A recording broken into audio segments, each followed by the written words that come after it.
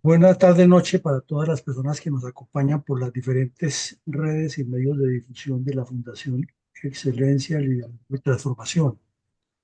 Hoy, 24 de abril, en la tarde-noche, nos reunimos aquí para hacer un ejercicio académico de reflexión sobre el escenario en que está la situación preelectoral en Colombia y trataremos de salirnos del esquema, tendencias, de las encuestas, de lo que opina uno u otro y miraremos algunos aspectos o columnas sobre las cuales gravita todo este ejercicio para que reflexionemos en torno a la institucionalidad, la responsabilidad de los ciudadanos, de los partidos y del mantenimiento de la democracia, que al final es lo que nos concita a todos los aquí presentes. Entonces, entremos en materia de los temas muy brevemente, porque lo demás será participación de todos nuestros asistentes. De esa radiografía general, que es muy grande, miremos algunos componentes de ese esqueleto, de todo lo que articula el contexto de la situación preelectoral para que pensemos un poco cuál es el rol que se está cumpliendo, si está siendo enfocado en lo que es o si es un contexto lo que nos está fallando, que es al final como la conclusión a la que pretendemos llegar. Entonces, en primera medida, miremos cuál es el rol del gobierno Petro en todo su conjunto frente al proceso electoral que se avecina y la etapa preelectoral. Está el gobierno Petro enfocado en garantizar un ejercicio democrático transparente, limpio y honesto. Está el gobierno Petro interesado en que por encima esté la institucionalidad y la democracia. Está el gobierno Petro enfocado en cumplir lo que le manda la Constitución y la ley para que funcione toda la dinámica electoral. Está el gobierno Petro facilitando a sus opositores todos los mecanismos legales y está respetando el presupuesto público y las normas de la moral política mínima, y la cantidad de preguntas sigue. Entonces ese es un punto de reflexión que nos da muchísimas preguntas más de las que planteamos aquí. Ahora miremos aquí cuál es el rol de la Registraduría y el Consejo Nacional Electoral.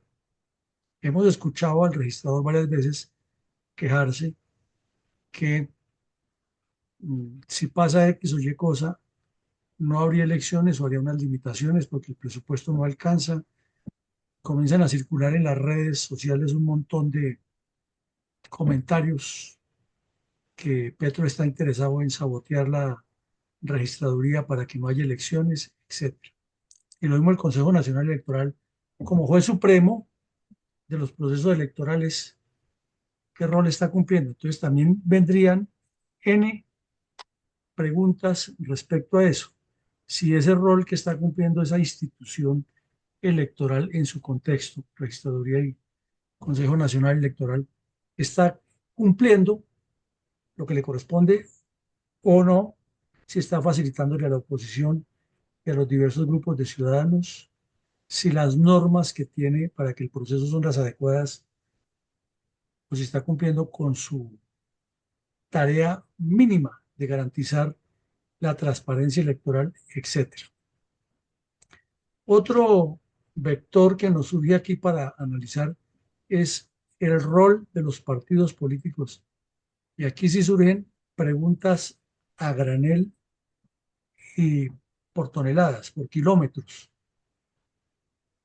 La primera pregunta es si realmente los partidos políticos están pensando en el proceso electoral para presentarle al país un proyecto transformador, un proyecto que enfoque a Colombia por la senda del desarrollo y la seguridad, un proyecto que garantice mínimamente el cumplimiento de los derechos constitucionales del artículo 11 al 42,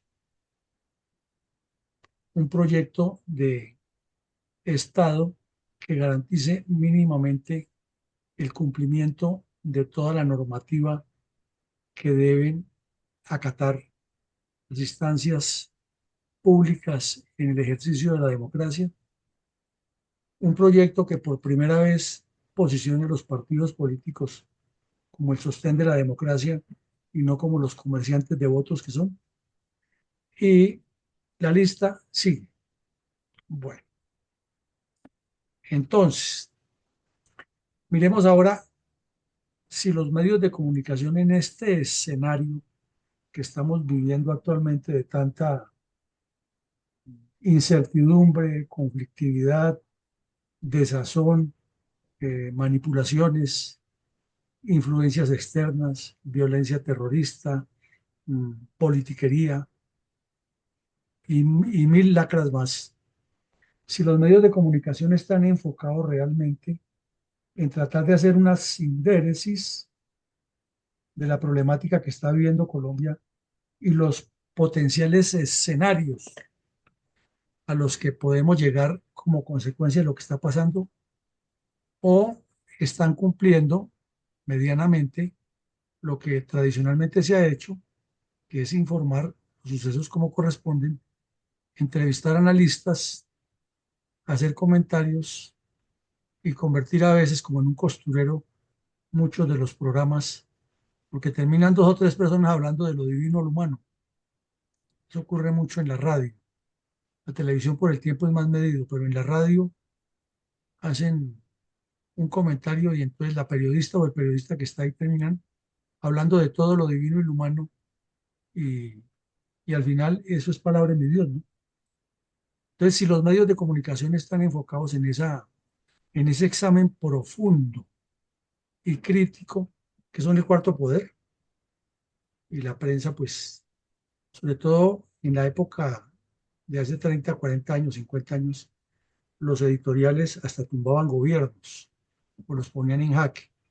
Pero hoy cualquiera editorializa, las redes sociales han afectado eso. Entonces es un examen también que valdría la pena hacer aquí, muy sensato, si están a la altura del proceso, si están cumpliendo con un rol en favor de la democracia colombiana, no de los candidatos. Y en eso sí que insistimos aquí en Fundel. No es si al candidato le va bien, si se porta bonito, si habla bonito, si es buena persona, si habló mejor que el otro en el debate, sino si el proyecto del partido al que representa es acorde con lo que le corresponde al país. El otro, examinemos si el rol de la academia como tal, los centros de pensamiento, las universidades, los grupos de estudio, las sociedades académicas, etcétera, están enfocadas en un examen juicioso, profundo, analítico, o cada uno tiene su corazoncito y se pliega al de su lado, y entonces entramos en el escenario de que sí, Petro es malo, pero con cualquiera que gane, con tal de que no sea él, ya eso es importante. Entonces es como salir de Guatemala y entrar en Guatepeor, ¿no? O prolongar una agonía que nos afecte a todos. Lo mismo si dentro de los sectores académicos, donde está la famosa y trillada frase del futuro del país, la juventud, que todo el que va a las universidades le dice lo mismo a los estudiantes, ¿no? Ustedes son el futuro del país, ya que nosotros no fuimos capaces.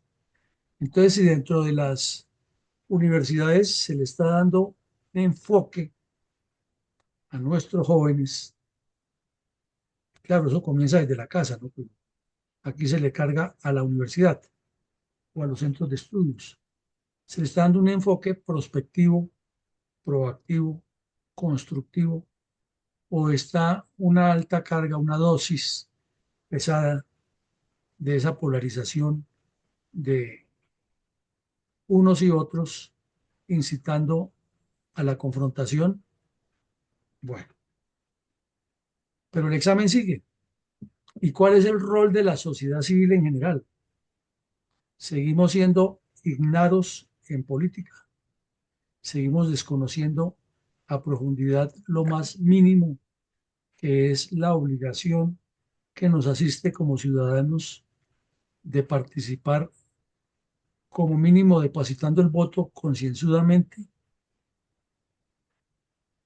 Ha evolucionado la sociedad frente a la responsabilidad que tienen quienes la dirigen y quienes la dirigen, pues obviamente salen de esa sociedad y son el reflejo de lo que hay, o por lo menos se supone eso. Está esa sociedad civil identificada con la institucionalidad pública y privada en su contexto. Está la sociedad civil identificada con el respeto, el acatamiento por la autoridad, y está la autoridad convencida que ese respeto y acatamiento no es de imposición, sino de servicio, porque estamos pensando que a partir del 26 tiene que haber un cambio. Entonces, ¿qué tanto la sociedad civil está, mm, como dicen en los jardines preinfantiles, aprestada? Ha recibido un aprestamiento para participar de manera más concienzuda en la interacción política con sus dirigentes. Conoce la sociedad civil colombiana los elementales conceptos de la gobernanza. La lista sigue.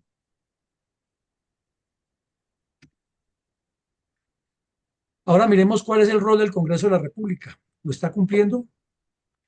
Hemos visto aquí en varias conversatorios y talleres, inclusive con constitucionalistas que nos han acompañado en otros eventos, nos preguntan si conocemos las 6 funciones que tiene el Congreso de la República. Están contempladas en la Constitución. Y al mirar esas funciones, las personas usualmente creemos que solamente es la parte legislativa y tienen otras. Entonces comencemos, como dice el dicho, la caridad comienza por casa. Conocen los congresistas, representantes a la Cámara y senadores en ejercicio actual, esencialmente sus funciones, saben exactamente cuáles son. O les pasa como al señor Ariel Ávila, que lo llevaban en cada vez que había unas elecciones, disque de analista político, y hablaba paja ahí de todo lo divino y humano, y descubría que el agua moja, ¿no? Que si pasadas 2 horas y la votación iba un candidato con el 20 y otro con el 10, que posiblemente la tendencia era que iba a ganar. Y eso era la palabra de mi Dios. Había descubierto que el agua moja. Y resulta que el día que se lanzó al Congreso le preguntaron al aire en RCN que cuántas comisiones tenía el Congreso, que es lo mínimo, y no sabía. No dio razón.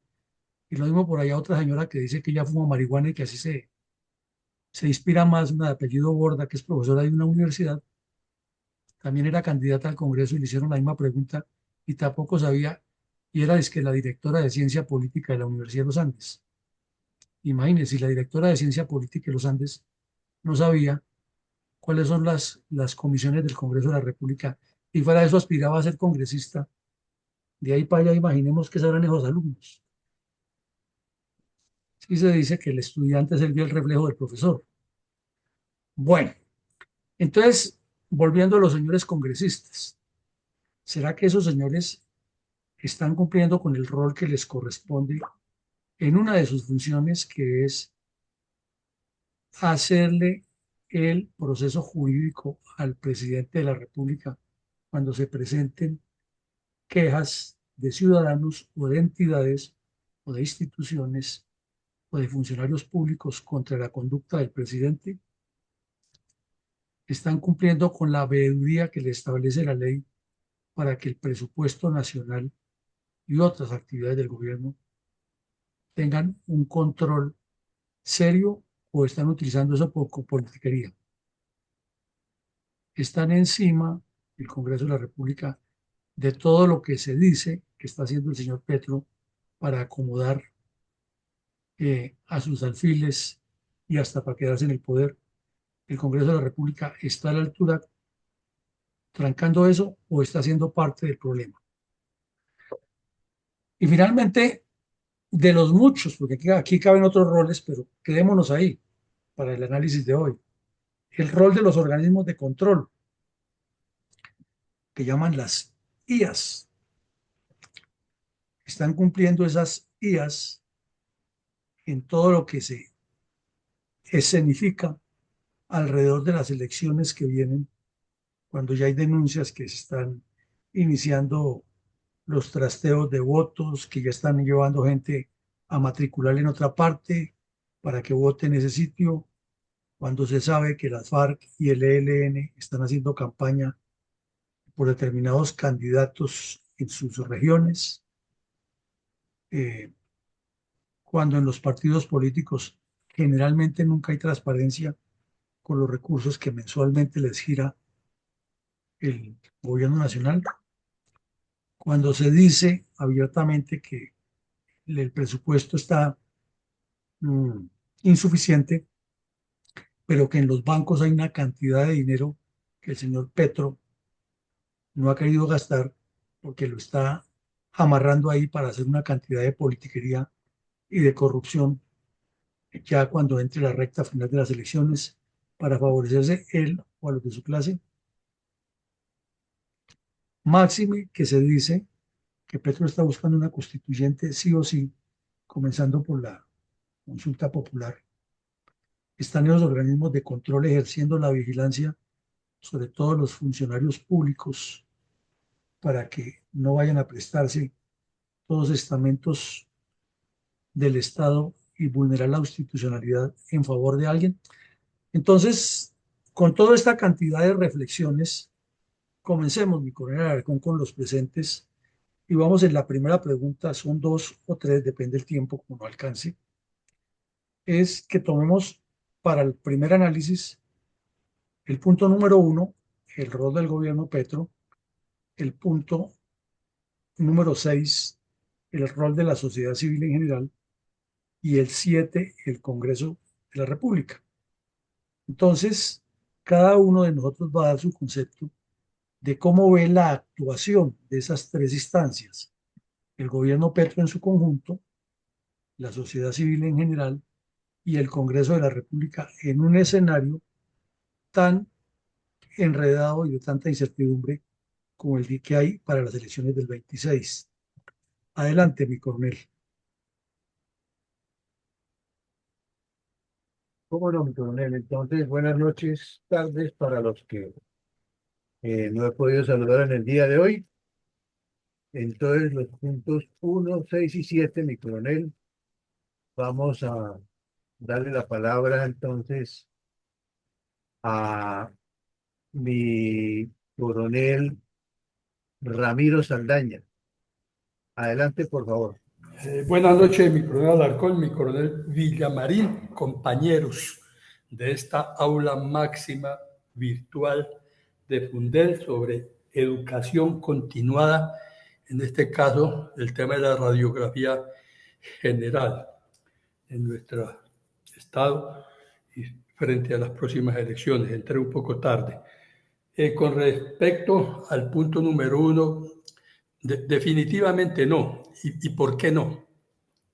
Solamente voy a poner un ejemplo porque son 2 minutos. Si lo estuviera cumpliendo, estaría cumpliendo el artículo 189, numerales 1, perdón, numerales 3, 4 y 5, sobre el control del orden público, que es un completo desastre. Hay más ejemplos, pero el tiempo no da. El rol de la sociedad civil en general es ignara, no sabe para dónde va. La sociedad civil no tiene una formación política. ¿Por qué? Porque no le exige ni a los órganos de control, ni al Congreso que la misma sociedad civil eligió, ni al mismo presidente que la sociedad civil eligió. Son muy sumisos a estos poderes, sabiendo que la sociedad civil es la primera que recibe el impacto de cualquier gobierno negativo. Y en el séptimo punto, rol del Congreso de la República, pues por supuesto que no. ¿Por qué? Porque una de las funciones es ejercer, pues realmente, sí, una es ejercer control político. Sí, la otra que sabemos todos que es hacer las leyes. Eso de hacer, pues no es muy jurídico. Promulgar las leyes, digamos. Y, y realmente casi muchas leyes orgánicas, ordinarias y de cualquier nivel que llegan a la Corte Constitucional, después se la devuelve la Corte Constitucional por vicio de forma o vicio de fondo. Eso es no conocer sus funciones ni su rol, y mucho menos hacen control político. Entonces, no hacen control político porque todos sabemos, por ejemplo, llama a un partido político o un congreso, porque los partidos tampoco se han puesto de acuerdo, un congresista, excúsenme, llaman a hacerle una audiencia pública a algún ministro y todos, y finalmente pierden el tiempo llamándolo porque siempre sale absuelto.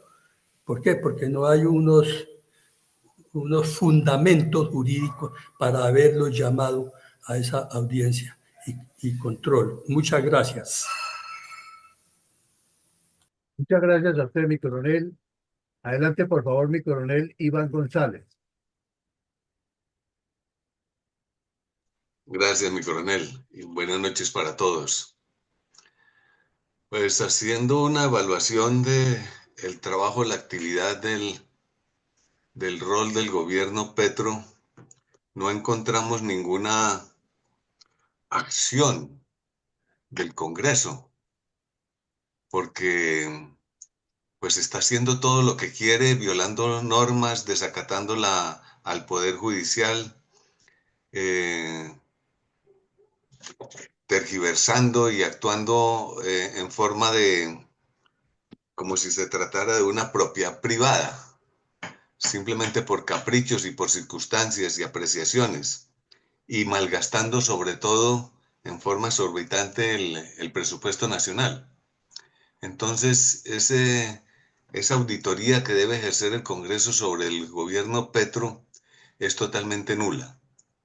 En cuanto a la sociedad civil, pues es que no dicta ninguna doctrina, ni ninguna cultura, ni ninguna normas, ni ninguna ideología sobre cómo debe comportarse la sociedad civil dentro de nuestro sistema democrático capitalista y cristiano o católico. No, nada al respecto de eso. No ejerce ninguna autoridad moral ni ética. Y con respecto al rol del Congreso de la República en sí mismo, pues no, bien vemos cómo eso se ha manejado también, como decimos nuevamente, una tienda de esquina. Y a todo lo que se le ha ocurrido al Ejecutivo en sus barbaridades se las ha aceptado, como por ejemplo el darle curules a un grupo terrorista de criminales y de asesinos en el mismo Congreso. Y así sucesivamente, para no ir a seguir haciendo una enumeración de faltas, como por ejemplo el cumplimiento, otra más, el cumplimiento de la acción judicial sobre la presidencia. De tal manera que en esos tres campos el Congreso está totalmente contaminado. Da una radiografía muy lamentable. Muchas gracias, mi coronel. Muchas gracias, mi coronel González. Adelante, por favor, mi general Hipólito Herrera.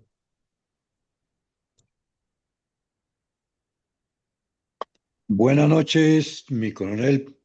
Buenas noches para todos los asistentes a la sala virtual y a mi coronel Villamarín también por la presentación del tema de hoy.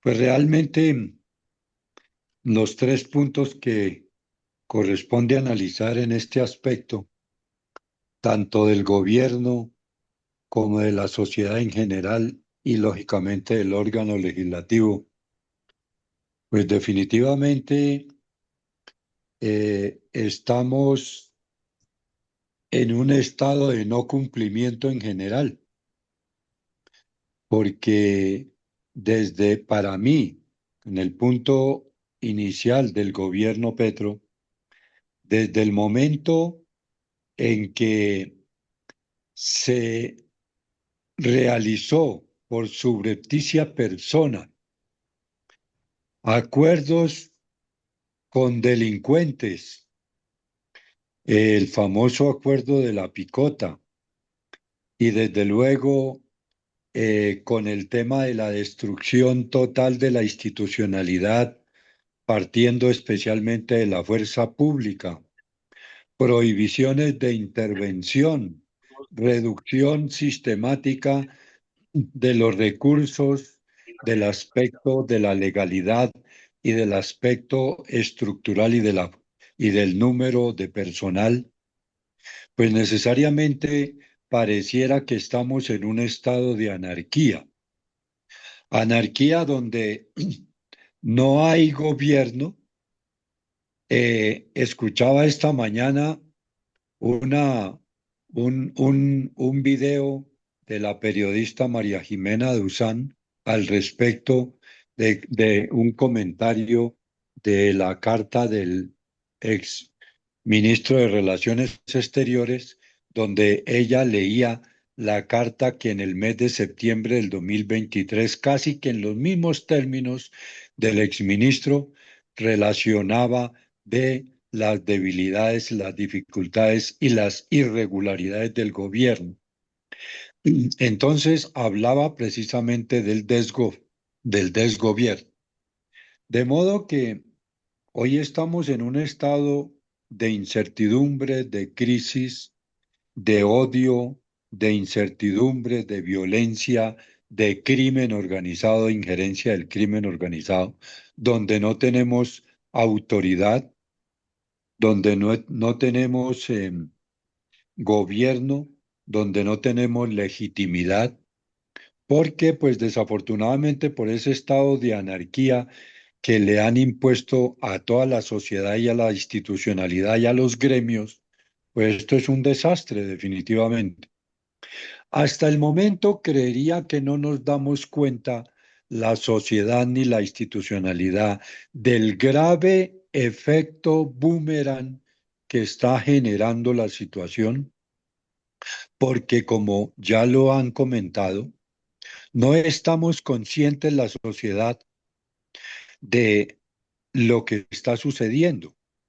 Estamos en una calma chicha esperando a ver qué pasa, pero definitivamente más adelante, en el próximo estado de gobierno, si es que cambia, si es que ha lugar a cambio, comenzaremos a dar cuenta del efecto destructivo que ha generado este estado actual de gobierno. Entonces, realmente eh, la sociedad, pues, estamos en un estado de confort y de comodidad. Todavía se tienen algunos estados económicos que nos permite sobrevivir, pero definitivamente en el momento en que la economía entre a colapsar, ahí es cuando comienzan las cosas a darnos cuenta realmente del estado en que estamos. Eh, de modo que esa sería, en términos generales, mi comentario. Y lógicamente el Congreso de la República está en un estado de manipulación, porque en todo caso no se elige un Congreso de la República con base en un estado de análisis lógico, racional, buscando precisamente un crecimiento, un progreso, un desarrollo social desde todo punto de vista, sino se elige es por componendas y lógicamente por cumplir intereses particulares. Muchas gracias. Muchas gracias, mi general. Adelante, por favor, mi coronel Carvajal.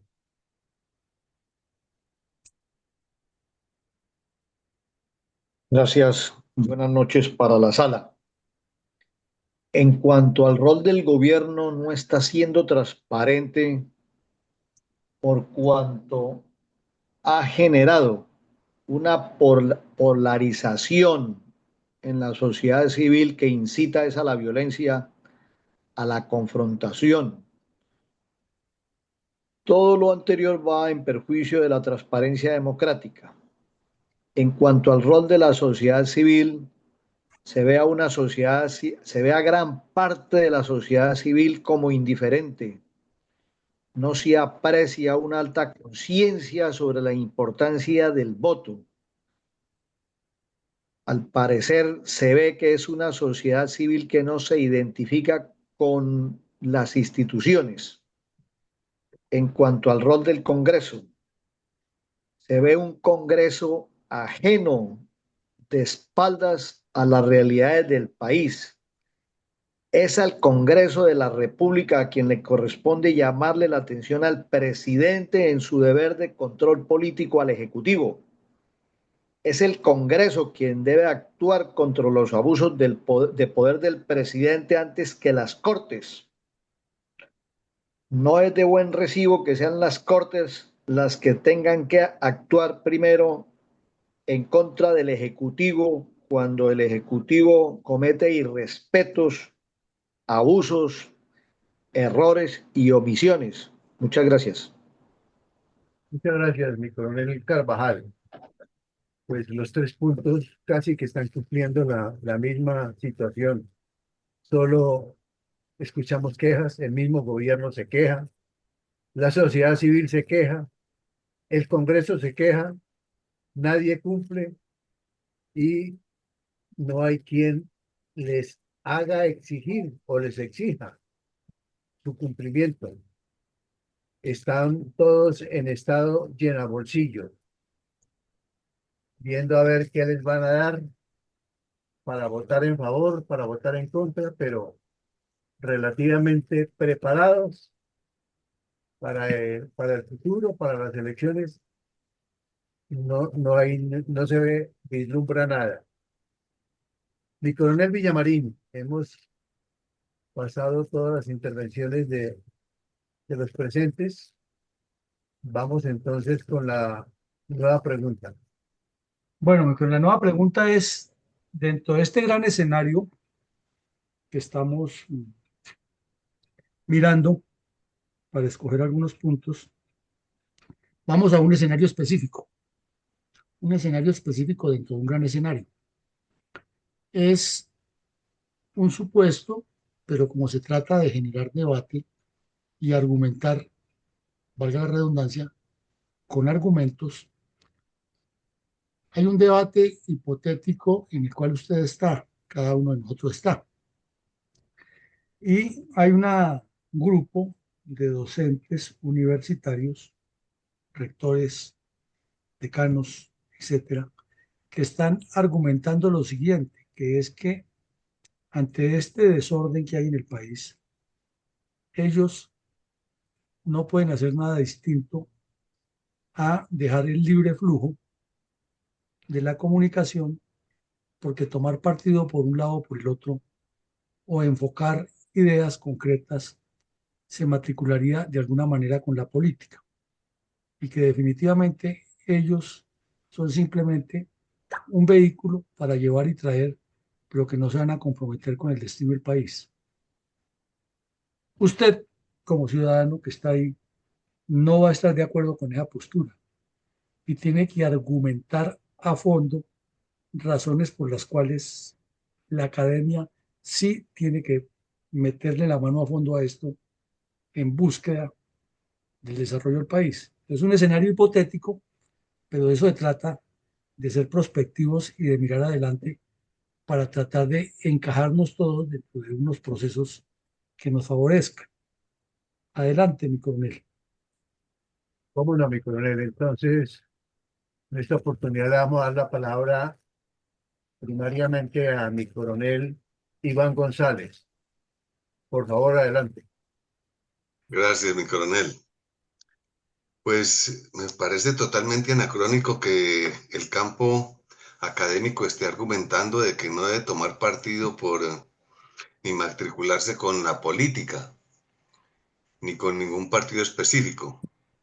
¿Por qué digo que anacrónico? Porque inexplicable.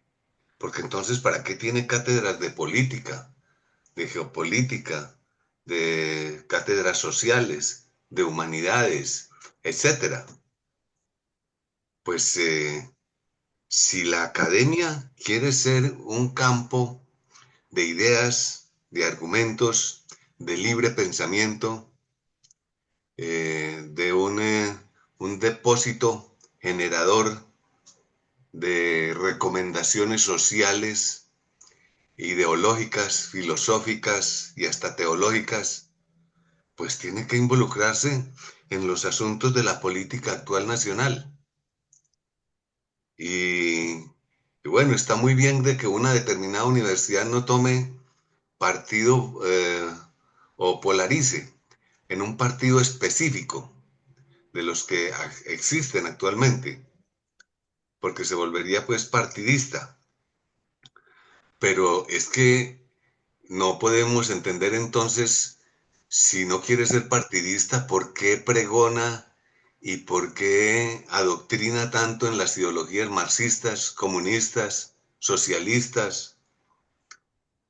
Está tomando partido, si es que, como lo vemos realmente, están llenas de profesores y de catedráticos que toman parte por el adoctrinamiento ideológico de otras doctrinas que vienen del exterior, de Rusia, de Cuba, de Marx y de todos esos filósofos alemanes.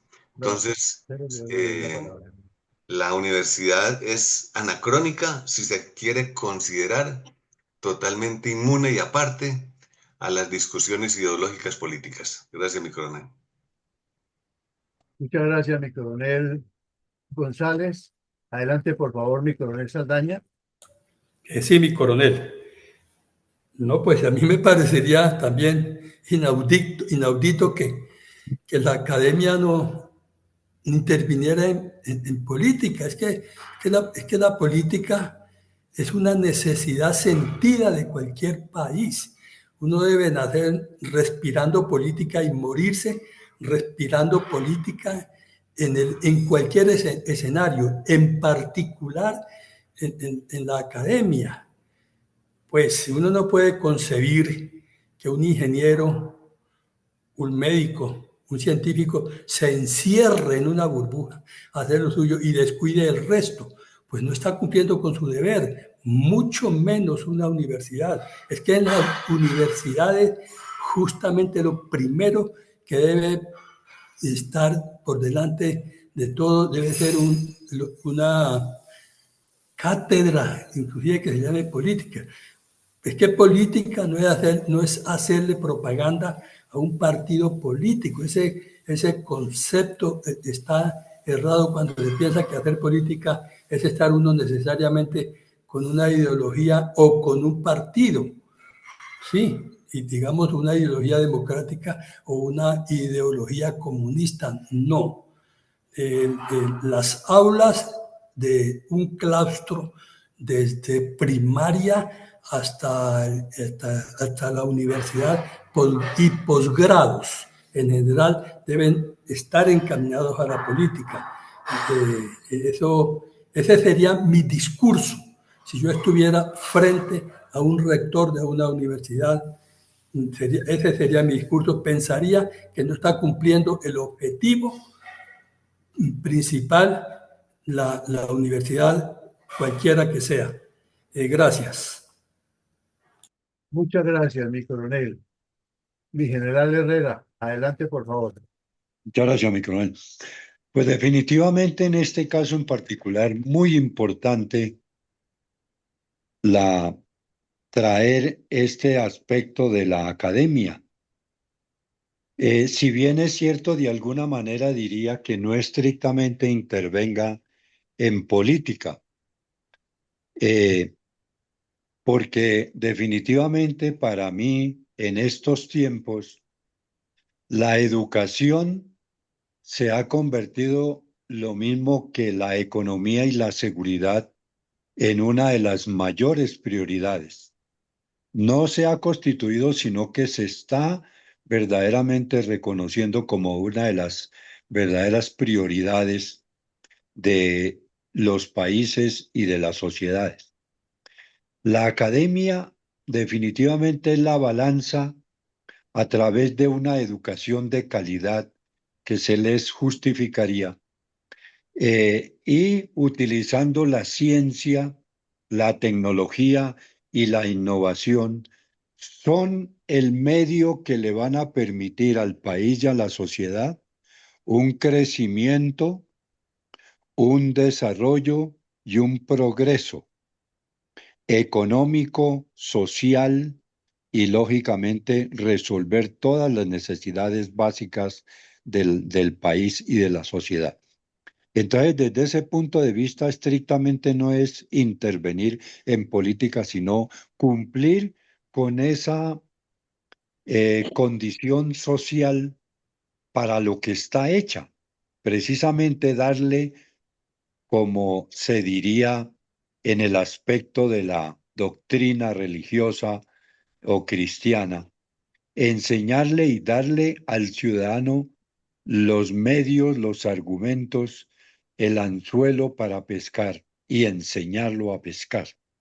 No precisamente dejar como de pronto estaría hoy en día la ciencia y la educación en Colombia de muy mala calidad, que no nos ha permitido, porque a través de la ciencia, la tecnología y la innovación, muchos países han logrado, lo siguen logrando y será el vehículo que les permita el día de mañana resolver las necesidades básicas de toda la población. Entonces, desde ese punto de vista, sí, la ciencia, la educación cumplen un papel demasiadamente protagónico, fundamental y definitivo, quizá antes que la economía y la seguridad y la justicia, es la educación la que tiene el papel más protagónico y sobre todo lo requerimos en este momento. Muchas gracias. Muchas gracias, mi general. Mi coronel Carvajal, adelante, por favor. Gracias. Bueno, corresponde a la academia como orientadores de la formación profesional de los hombres y mujeres que van a recibir un título profesional, posicionarse políticamente ante los problemas de la nación. Este posicionamiento político está por encima de los intereses partidistas. ¿Qué quiere decir estar por encima de los intereses partidistas? Quiere decir que hay que defender las libertades individuales, hay que defender el patrimonio público. La academia tiene que ayudar a defender la educación y la cultura, ayudar a defender las instituciones, defender los valores de la patria, defender la soberanía, defender los recursos naturales. Y todos estos temas están, obvio, por encima de los intereses partidistas. Gracias. Muchas gracias, mi coronel Carvajal. Sin lugar a dudas, pues la educación está siempre presente a partir del nacimiento. Y allí es donde tenemos que meterle la mano porque nos están educando y nos están reeducando y todos los días cambian las cosas de manera tal que hay que rescatar ese valor de la educación, tal y como los me han antecedido en la palabra lo han hecho resaltar. Importantísima la parte de la educación para todos los roles, para todos los roles. Mi coronel Villamarín, pues hemos pasado la cantidad de personas que se encuentran presentes en el día de hoy. No sé si tiene alguna otra pregunta o si vamos con las conclusiones para el día de hoy. Tiene cerrado el micrófono, mi coronel. Sí, señor, ya. Si hay otra pregunta, una tercera y última. Es que resulta que es otro escenario hipotético dentro de este gran escenario. Usted está invitado ante un auditorio a contarle a los asistentes lo que usted encuentra de positivo si lo hay, o de errores si los hay, por parte de los partidos políticos como partidos dentro de esta situación preelectoral tan convulsa que está viviendo el país. Entonces, ¿cómo le explicaría usted a ese auditorio lo bueno, lo malo y lo feo que le encuentra a la conducta de los partidos políticos frente a esa situación que está ocurriendo? Adelante, mi coronel. ¿Cómo no, mi coronel? Entonces, mi general Herrera lo invito a ser el primero exponente en esta pregunta. Muchas gracias, mi coronel. En este caso en particular, pues como lo hemos aprendido y reconfirmado en este ejercicio tan favorable que hemos venido participando, definitivamente los partidos políticos ya hoy en día no existen. Se acabaron por sustracción de materia, por pérdida de los objetivos que pudiesen tener, porque la misma legislación colombiana les ha permitido diferentes alternativas como la transhumancia, digámoslo así, el transfugismo. Entonces, uno de los aspectos que son tan fundamentales para la sobrevivencia de nuestra sociedad es la confianza y la credibilidad en la política, en los partidos políticos y en el ejercicio de los poderes públicos, de las autoridades y de las instituciones. Como hoy, producto de toda esta situación que se ha venido dando, se ha perdido precisamente esa confianza y esa credibilidad. Muy difícil recuperarlas si no hay una alternativa de respuesta.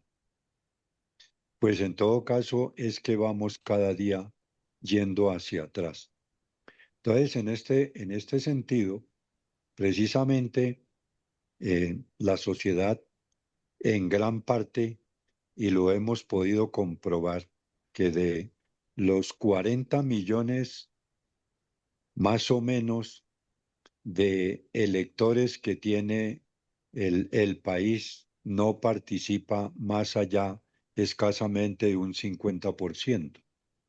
Entonces, la mayoría de las personas no quieren creer, no quieren confiar y no participan. Entonces, definitivamente, demostrar que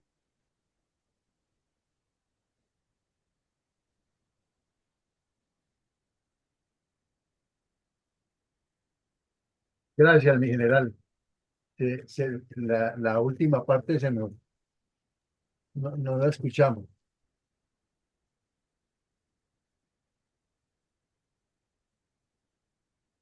Adelante, mi coronel. Bueno, entonces adelante, por favor, mi coronel Iván González. Gracias, mi coronel. Pues ¿qué encuentro de aciertos o desaciertos de la actual conducta de los partidos políticos? Pues en cuanto a aciertos no encuentro ninguno. Y desaciertos, pues nada más ni nada menos que la falta de ideología, de cultura y de doctrina partidista.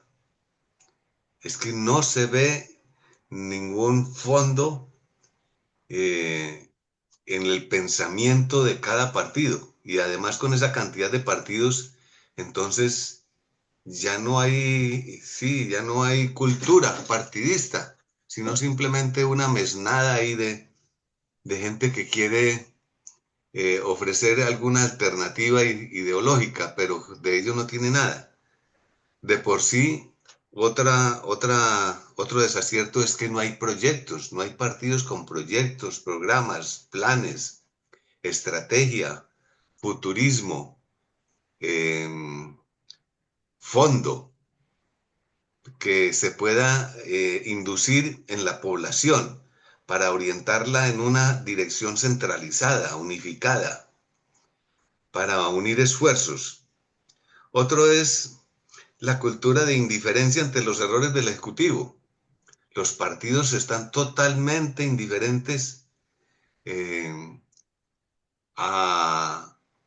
ante esos desaciertos que está teniendo el Ejecutivo. No encuentra uno personas realmente críticas, no encuentra una posición realmente fundamentada, bien estructurada, sólida, partidista, sino que simplemente uno que otro por ahí ofrece una opción y que el gobierno es malo y que entonces yo puedo darles la alternativa de ser un poco mejor y todo eso, pero ¿en qué forma, de qué manera, con qué plan, qué programa? Entonces tampoco hay liderazgo partidista, no se ven líderes en los partidos. Simplemente, vuelvo a decirlo, no, personas que se ofrecen ahí ocasionalmente, pero que son de último momento, pero que uno vea que realmente son eh, líderes que arrastren, que conquisten, que convenzan, que sean capaces de hacer entender al pueblo y a su partido qué es lo que pretende. No, no lo veo. Y así sucesivamente otros desaciertos. Muchas gracias, mi coronel. Muchas gracias, mi coronel. Mi coronel Carvajal, adelante, por favor. Gracias. Bueno, decirle a los partidos políticos lo bueno, lo malo y lo feo de lo que está ocurriendo, pues yo veo que los partidos políticos conocen muy bien lo bueno, lo malo y lo feo de lo que ocurre. Más bien en ese escenario político le diría a los partidos políticos dos cosas. Primero, depongan sus intereses personales y más bien trabajen sobre los intereses de la nación, sobre la paz, la seguridad y el desarrollo. Segundo, me explico, elaboren un proyecto de Estado a largo plazo para construir la paz. Elaboren un proyecto de Estado a largo plazo para garantizarle la seguridad al país y elaboren un proyecto de Estado a largo plazo para desarrollar el país. Muchas gracias. Muchas gracias, mi coronel. Ese auditorio se le debería explicar lo que se debe hacer siempre cada vez que hay elecciones, que es todos los que llegan a ocupar las curules pasen allá por la ESAP y de verdad aprendan, de verdad pongan atención en lo que les explican allí y sobre todo que todo vaya inducido hacia los intereses de la gobernanza que es del pueblo y no hacia los intereses particulares de cada partido y de cada miembro de ese partido electo. Mi coronel Villamarín, no tenemos más presentaciones por el momento.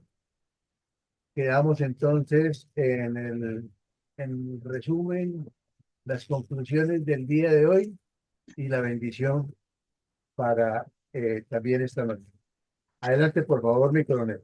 Bueno, mi coronel, entonces el taller abierto de hoy lo titulamos Situación preelectoral en Colombia para elecciones de 2026.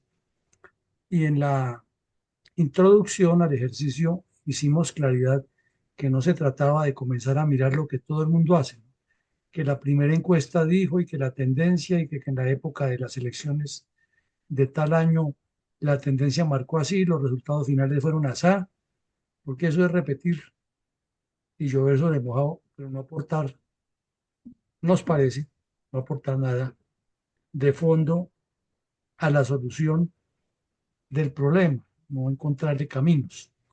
Entonces lo que hicimos fue enfocarnos en una especie de radiografía, una fotografía aérea, una suprafotografía de 8 actores en el proceso electoral y preelectoral en que estamos, o preelectoral y luego electoral, para ser más concretos, que tienen participación. Dejamos una cantidad de inquietudes que surgen de muchas más, o sea, apenas es un muestrario de ese universo en cada uno de los aspectos.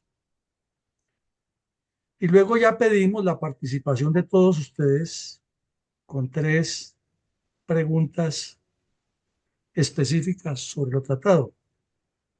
La primera pregunta fue mirar cuál es el rol del gobierno, el rol de la sociedad civil y el rol del Congreso de la República frente a este proceso electoral. Las respuestas apuntaron todas a que el gobierno Petro, la administración Petro, está buscando su eternización, está buscando sacar sus propias ventajas y beneficios y no tiene tampoco una propuesta que sea clara ni benéfica para Colombia. Pero al mismo tiempo se ató con las 7 que el Congreso de la República no está cumpliendo con su función o con sus funciones, y una de esas es el control político al gobierno y al Estado, y a las instituciones. Por ende, entonces ya hay una falla gravísima de institucionalidad, es lo que vamos deduciendo. Y respecto a la sociedad civil, todos ustedes coincidieron en que la sociedad civil no está ni empoderada ni mínimamente informada, y hay ciertos niveles de apatía, de indiferencia, de que eso no es conmigo y que al fin y al cabo siempre habrá corrupción, entonces ¿para qué voto? Etcétera. Visto ese, pasamos a un ejercicio hipotético que era un evento en el cual la academia, las universidades supuestamente defendían por medio de sus representantes que no podían intervenir más directamente en una construcción de un proyecto político serio ni en una configuración política, porque la academia es libre y porque hacerlo sería enfocarse en aspectos particulares. Las respuestas de ustedes fueron enfocadas en los mismos temas. Es que una cosa es la política, otra cosa es el partidismo político. Una cosa es la formación estructural en términos de política que debe darse en la academia y debe ser un ejemplo multiplicador para que haya mejores ciudadanos y ciudadanos más empoderados frente al manejo del Estado y a la gobernanza, no al gobierno, sino a la gobernanza. Por ende, todo lo que sea científico, cultural y académico en general debe tener siempre una interacción con la política, ya que, como lo dijo mi coronel Saldaña, se nace, se vive, se respira y se muere dentro de la política y a veces ni nos damos cuenta. Y luego finalmente hicimos otro escenario hipotético también, en el cual usted tendría que ir ante los representantes de los partidos políticos y contarles un ABC de lo que usted ve bueno, malo y feo. También hubo mucha coincidencia en los enfoques que se le dieron, porque enarbolando un poco la bandera de lo que se plantea desde esta fundación, las respuestas tuvieron ese mismo perfil. Mientras los partidos políticos no sean instituciones sólidas por dentro, para que cuando salgan a gobernar estén transmitiendo esa solidez que tienen, que en teoría tienen adentro, pues es imposible tener buenos dirigentes políticos. Y si esos dirigentes no gravitan alrededor de unos proyectos de Estado, de planes a largo plazo, con objetivos, con estrategias, con metas, pues estamos en un escenario contextual en el cual los partidos son parte del problema y no de la solución. Entonces, a grandes rasgos, nos queda aquí otra enseñanza, que esta sí es de orden estratégico para todo lo que sea estrategia. Y es que la política es un todo, y como un todo tiene muchos componentes. Y para manejarla hay que manejar todos esos componentes al tiempo, no solamente la imagen del candidato, no solamente la discursiva en campaña política, que es muy necesaria, claro, mismo que la imagen, pero eso no es lo esencial. Anoche veíamos en el ejercicio de propaganda es que la tarea de difusión o de propagar ideas debe ser fundamentalmente hacia la militancia, para que la militancia esté convencida de que va a apoyar a alguien, a un guerrero que lo va a representar en un campo de batalla, que son los intereses de la nación y de la sociedad. Pero veíamos anoche que no era una cosa aislada, sino que tenía que tener un contexto, un conjunto, una sumatoria, una articulación de componentes. Y hoy, al hacer esta radiografía, nos damos cuenta que en la política, infortunadamente, por la premura y por los intereses que se manejan, estos roles de agentes que deberían estar permanentemente comprometidos no son ni tenidos en cuenta, ni parecería ser que son esenciales, especialmente cuando los medios de comunicación entran en todo ese proceso de información y de análisis, de entrevistas. Por ende, invitamos a seguir trabajando desde esta perspectiva.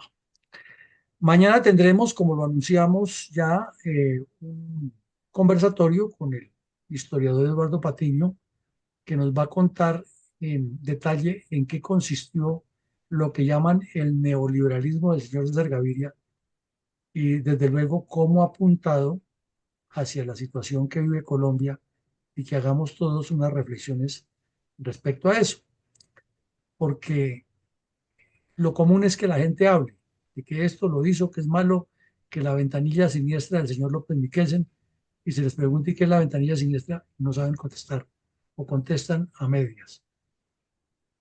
Por eso cuando vimos aquí el pacto de Chicoral y lo de la reforma agraria del 68, hicimos tanto énfasis a eso. Hay que conocer el origen de los problemas o de las situaciones para poder entender los problemas que se generan.